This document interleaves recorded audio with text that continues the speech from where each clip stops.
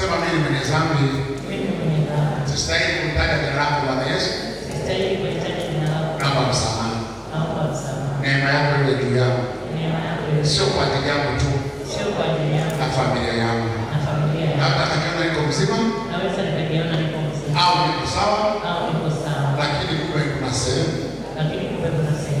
kunahitaji msaada mkubwa kwenye milango yangu.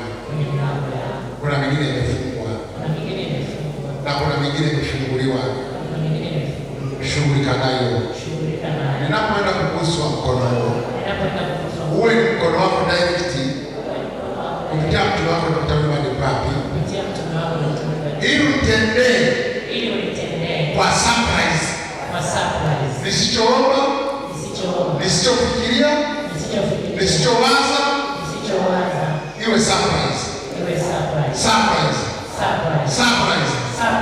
Nami nitakutukuza, nami nitakutangaza, sitaficha matendo yako.